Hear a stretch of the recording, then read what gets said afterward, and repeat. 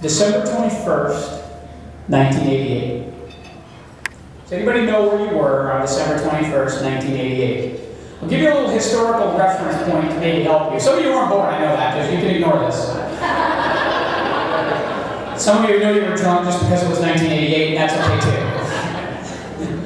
Now, December 21st, 1988, I was going to put a famous picture up. It's a picture of part of a hull of a 747, a Pan Am 747 jet laying in a field in Scotland, Lockerbie, Scotland. It was blown up by Libyan terrorists back on December 21st, 1988. Does anybody remember that? Well, that particular day stands out for me for a very different reason. I was flying to Chicago. My dad got me a plane ticket and flew me to Chicago from Minneapolis to go spend Christmas with my grandparents, my dad, and all of his brothers and his sister, and big family. My grandfather was having his 75th birthday party, so we threw it all into one big celebration. So one of my roommates drove me to the Minneapolis airport and dropped me off. And this is 1988, there were no e-tickets. My roommate drove off, and about 10 minutes later I realized the plane ticket was still in the car. It was also 1988 and there weren't cell phones. So the plane ticket went back to Brainerd. So I called my dad, he got me another plane ticket, and I got to Chicago, and I got to my grandparents' house, and I was walking around. And for whatever reason, I found myself up in my grandparents' bedroom, and I was just looking at old family stuff and whatever, and I don't know if it was the bombing, I didn't know what it was, because that was on TV, CNN was running and all of this stuff. And I had just this feeling that something was wrong. Really couldn't place it. So I was there for like 5 days. So I flew home on December 27th, 1988, and my roommate picked me up at the airport in Minneapolis in the snow. And I got in the car for the drive back to Brainerd, and I turned and looked at my roommate, and it was then that I knew what was wrong. See, that roommate was Kelly. At the time I was living in a house with Kelly and like 3 other girls. And that's another party. We'll talk about that later. We weren't dating yet. We were just very, very close friends. We'd grown very close over the summer.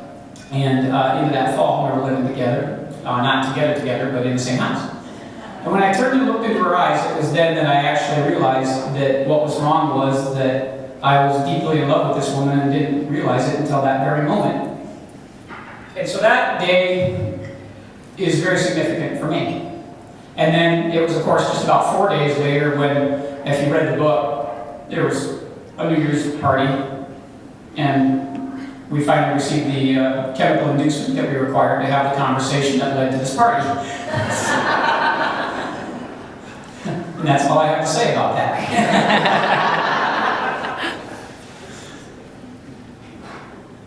I have a very wise stepsister, and I don't talk to her that much, and it's funny to think of her as my stepsister. She's sitting right up here in front next to my sister's sister, and I was having a Facebook chat with her about this party, and she said something that really stuck with me, was that we don't celebrate milestones like we should, like this. And I said, well, damn it, I'm going to celebrate this one like there's no tomorrow. And I think that's really true. We have these huge weddings where we exchange rings, and we exchange vows, and we throw presents at people, and we do all this stuff, and then we're sitting there 2.5 years later wondering why it didn't work out. And so I guess I learned that it isn't a sprint, it is a marathon, and the first 25 years are the toughest maybe. So I thank you, Brenda, for putting that idea in my head, because I think that's important. I think we should all carry that away with us tonight. Because then you think about it, you think about divorce, right? I mean, what are the divorce statistics out there? I mean, I was looking it up online because, no, never mind, but, you know. Any given year, it's 40 to 45% of U.S. marriages end in divorce, and on a certain level, that's kind of tragic, right? But then you think about that, and it's like, okay, so the other 55 don't end in divorce. And that's pretty cool. Unfortunately, those all end in death. And so, that, you know, you got to kind of go either the glass is half full or the glass is half empty on that one. So, you know, some people die of old age, and then some people don't. You know, so when does death come and who dies? Now, we have a bunch of Landsberg people here tonight, and I do have a question for you guys. Kelly's been working on this hosta bed in the backyard. Are they supposed to be 4 feet deep and lined with lime? I didn't give an answer.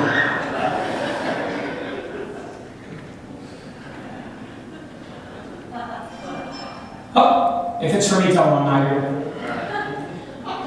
So what are we really celebrating tonight? Well, maybe he's celebrating something else.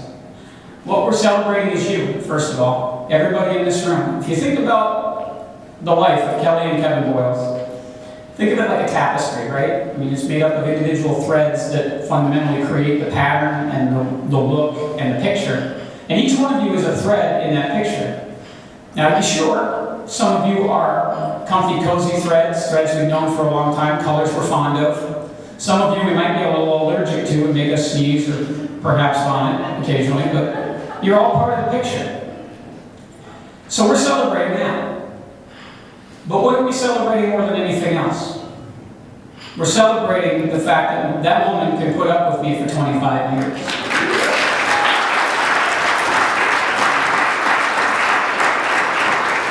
We're celebrating one of the gentlest and kindest souls that I've ever encountered on this planet. And somebody who's working her way up next to my mother for the title of Best Woman That Ever Lived, Kelly Ann.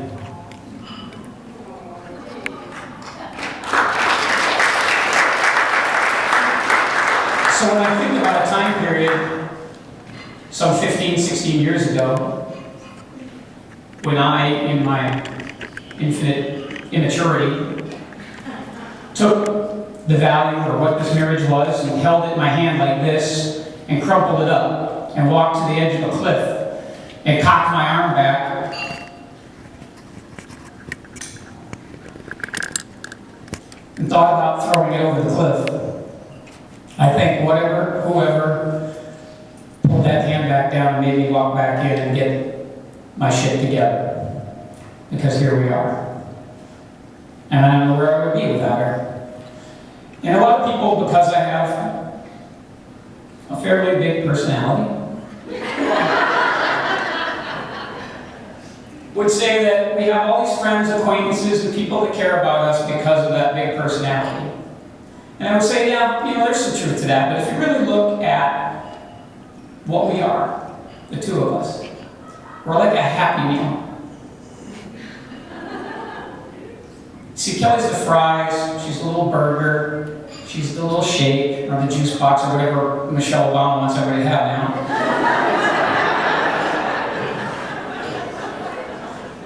And I'm the stupid little toy that you get at the hat.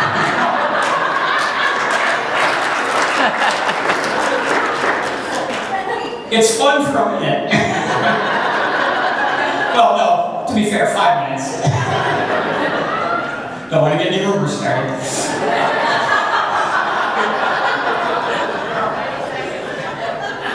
But after a while, it's the meal that feeds you, not the toy. And it's the combination that makes you happy. And that's why we're a happy meal. In the history of 25th anniversary parties, nobody has ever used that analogy before.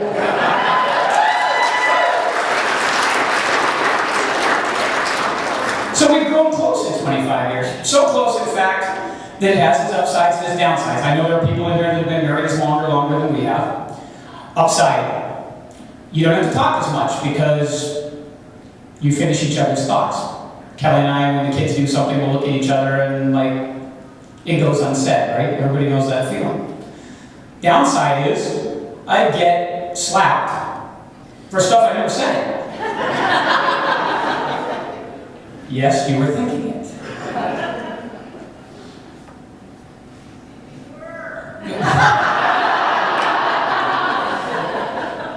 But it doesn't change the fact that in 25 years, the one thing that I've learned as I go out, whether it's traveling for work, traveling for pleasure, being with friends or whatever, nothing in my life that I've tasted has ever tasted as good as it has when I've been with Kelly.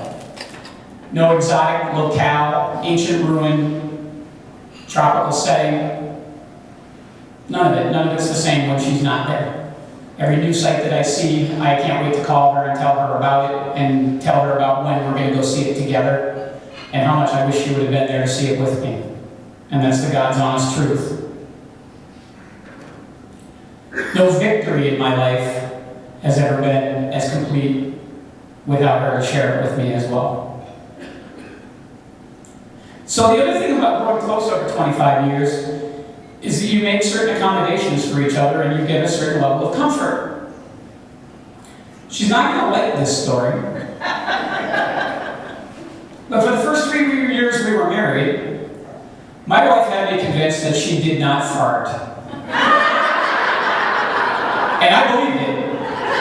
There was a book somewhere I hadn't read, and I believed this. Let's just say that 22 years later, I'm concerned about the structural integrity of our home.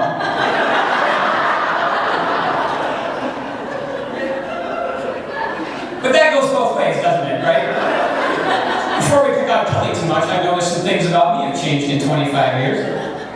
The other day I was in a hotel room and I thought, I should do jumping jacks. May I recommend that when you're over 40, you never do jumping jacks near a mirror. I did 25 jumping jacks. My face did 28 jumping jacks. My stomach did about 47 and then just gave up. But she accepts that in me. I suspect she even likes it a little because it makes her feel superior. But that's what marriage is. So, I don't really have a great closing because I'm making this up for the most part as I go along. Except to say that, again, there's hundreds of people that contributed to our lives. We're, quite frankly, the luckiest people I know. For a lot of reasons. We've been blessed a lot. I don't know if it's luck. I don't know if it's karma. I don't really care. As long as I have my good luck charm. And she's sitting in the back of the room right now, and I love her very much. So thanks again for joining us tonight. Would you raise a glass to my wife, Kellyanne Crawford Boyles?